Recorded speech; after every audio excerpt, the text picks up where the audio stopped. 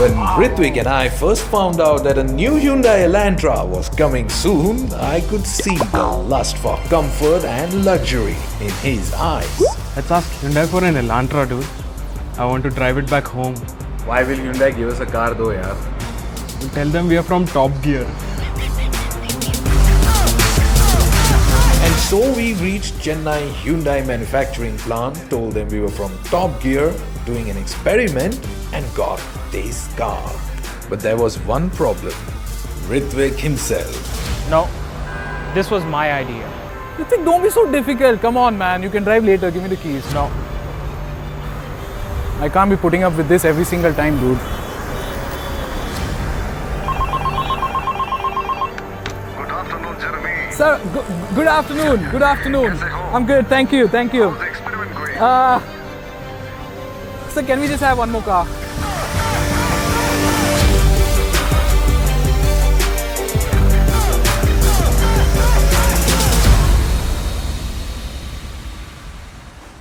Now, towards Pune we go, and we have 1,000 kilometers to rightfully experience a sedan of this league in its rightful element, I would say. On such open roads, away from city-like distractions, you come to really appreciate this new 2-liter petrol engine from Hyundai. 150 horses, 192 Newton meters of torque, and that's really the part of the plan. That's really the purpose of the journey, a part of this experiment. So what you can do with 150 horses is this: speed up. And when you are speeding up, the engine sounds really good. I mean, this is not a sports car, so it's not going to sound like one, but it's not all too bad at all. I'm currently in the drive mode sports, and it's quite an experience because I see the needle shifting straight at red line, 6,500 RPM. Again, the engine sounding good. The old Hyundai Elantra by now would have felt like going out of control. This doesn't. They have hugely worked on the NVH levels, so the cabin NVH is fantastic, so the outside sounds are not really rushing me. And then when you want to drop anchor from these high speeds, well, it's quite easy. And when you do that, the car stops unlike any other Hyundai car before. It maintains stability, it's planted, and it feels light on its toes under braking.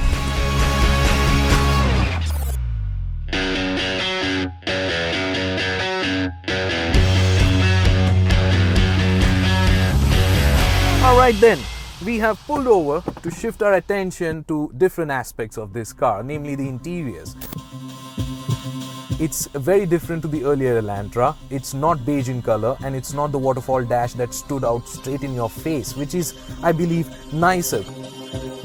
Also, it's got these silver accents which make it more elegant. It's slanted towards the driver, which adds to the premium touch, and also houses this 8-inch touchscreen display here, where you also get navigation. You can zoom in or zoom out straight to fix your destinations, which is a lot easier, I felt, than punching in the alphabets, which you also can in this system. Clicking on the all menus button here. Now, there you go. Clicking on the home button. Now, so some amount of lag.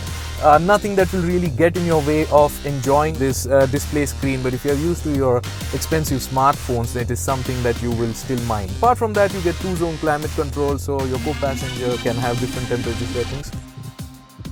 So I'm in the back seat of the all-new Hyundai Elantra, and I'm quite liking it out here. I've got enough knee room, I've got enough headroom. The space out here might feel a little less to you because of the dark interiors, black interiors, or because of the coupe sloping roofline at the back, but that's not really the case. Now, it's not the best in class in terms of space, but that's really no reason to complain. However, what is a reason to complain is this. Now, the thigh support here at the rear seat is not really good. You happen to have a third person sitting here in the middle. He or she gets a headrest, not bad. And then, of course, there is an armrest with cup holders. There's a nice little handy feature here. You can open up this space which has direct access to the boot. Good. Now, it's time to step the game up. And to do that, I would have to talk of the Fluidic 2.0 design. The new Hyundai Elantra doesn't go overboard and is yet elegant, especially when the sun is setting on its beautiful lines. Dark had fallen, and as we pulled over for the night, I remember going to bed with one clear thought. This is a good-looking car.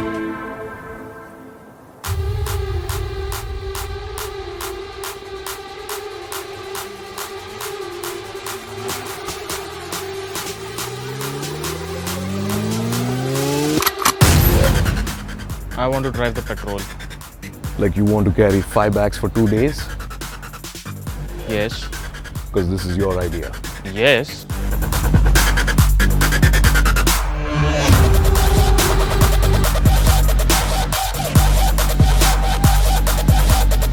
Alright then, I'm having to drive the diesel Elantra because of adamant Ritwik, which is not all too bad really, because the diesel car gets all the goodness of the petrol car. That is to say, you get the electric sunroof here, and you also get this 10-way adjustable electric driver seat.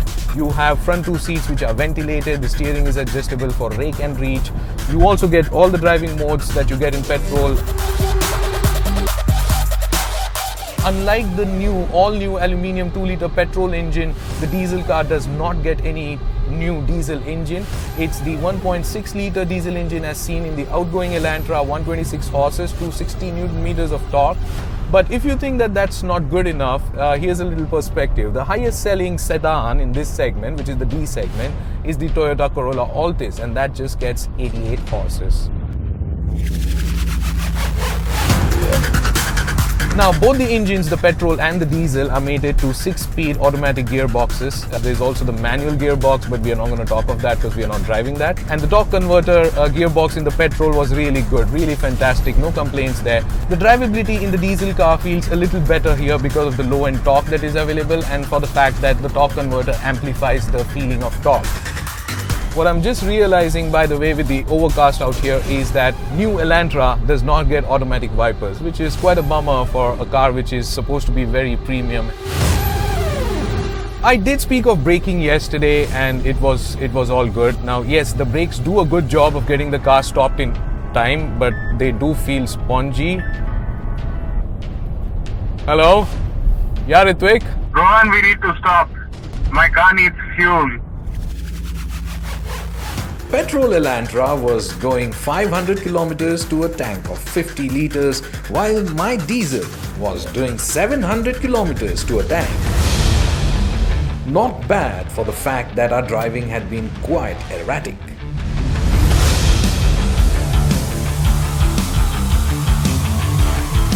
That brings us to the suspension, steering and chassis bits. Steering has been made or has been put into this with number one priority, easy driving experience for the user. And that it seems to do quite well. Yes, it lacks feel, it lacks feedback. I personally didn't find it to be tiresome over the journey that I've had.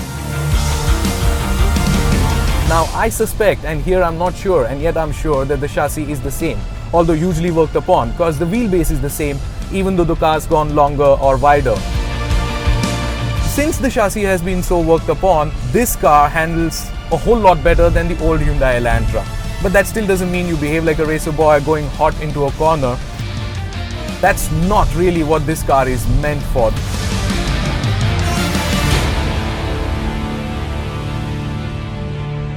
As we got closer to our destination, we were to be greeted by bad roads, mismanaged traffic, and huge speed breakers.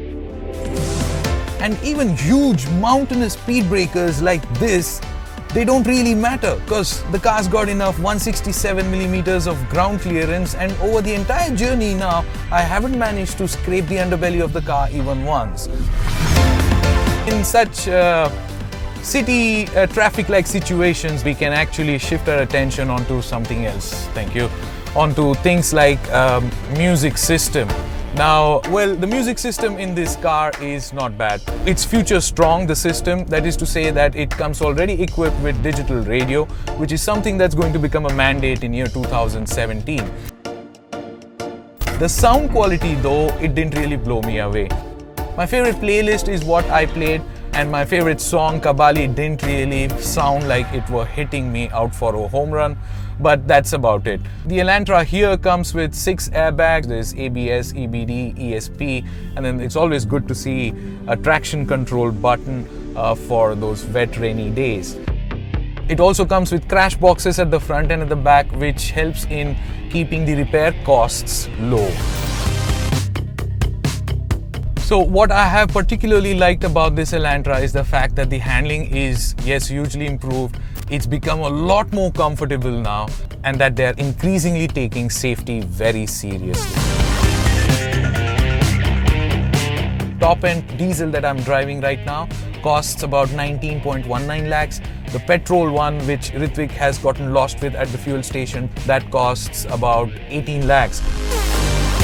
Now the Octavia, though a fair competition to this car, is a lot more expensive, at least 4 lakhs expensive.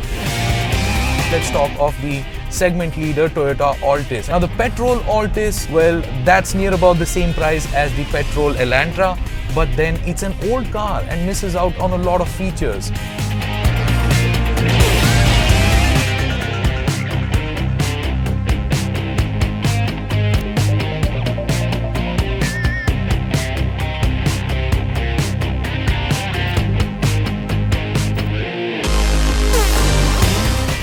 So at the end of it all, let me ask a question fair and straight. Will I buy this car? Well, if I am to, I would go in for the petrol version. It is a lot of car that Hyundai is offering.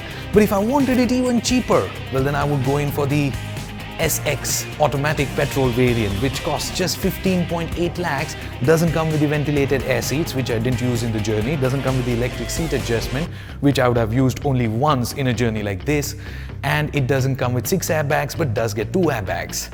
So once again, will I buy it? Well, Ritvik again. Hey, I've reached. No, Ritvik, you can't take the car back home.